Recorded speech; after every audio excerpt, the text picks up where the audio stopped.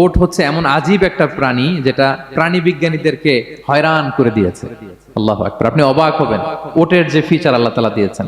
এবং ওট হচ্ছে এমন প্রাণী যেটা একসাথে 1 মাস না খেয়ে বেঁচে থাকতে পারে।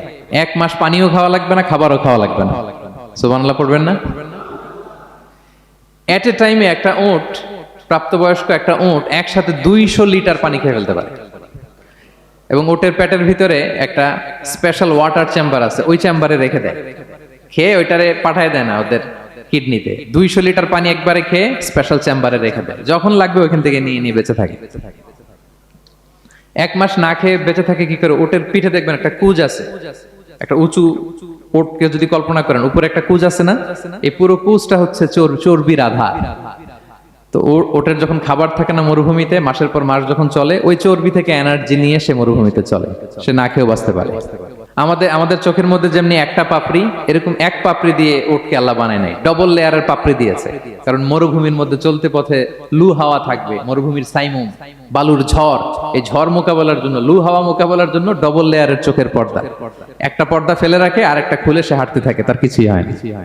সুবহানাল্লাহ। আমাদের 98 ডিগ্রি ফারেনহাইটে স্বাভাবিক তাপমাত্রা, তাই না? 99 ডিগ্রি হলে আমাদের জ্বর, 100 ডিগ্রি হলে জ্বর, 101, 2 সর্বোচ্চ আমরা সহ্য করতে পারি। এর বেশি যদি হয়, 103 ডিগ্রি হলে বেহুশ হয়ে যায় মানুষ। 4 ডিগ্রি হলে আমাদের দেহের ভেতরে যে কোষগুলো আছে এগুলো মরে যায়। কিন্তু একটা উট মরুভূমির তাপমাত্রায় প্রতিদিন 104 ডিগ্রি 5 ডিগ্রি তাপমাত্রা সহ্য করে খুব স্বাভাবিক উট চলতে পারে, তার কিছুই হয় না। এবং মরুভূমির মধ্যে যে ক্যাকটাস আছে, গুলমলতা, বড় বড় কাঁটা জাতীয় গাছ, যেই কাঁটা পৃথিবীর কোনো প্রাণী খেতে পারবে না, কিন্তু একটা উট অনায়াসে খেয়ে ফেলতে পারে। উটের জিহ্বাকে এবং পাকস্থলীকে আল্লাহ এমন স্পেশালি মেড করেছেন, যত কাঁটা দিবেন খেয়ে সাবার, ওর কিছুই হয় না। সুবহানাল্লাহ বিহামদি। আল্লাহ বলে, আফালা ইয়ানজুরুনা ইলাল ইবিলি কাইফা খুলিকাত, ওরা কি উটের দিকে তাকায় না? আরে উটকে নিয়ে গবেষণা করলেই তো উটের মালিককে খুঁজে পায় তারা।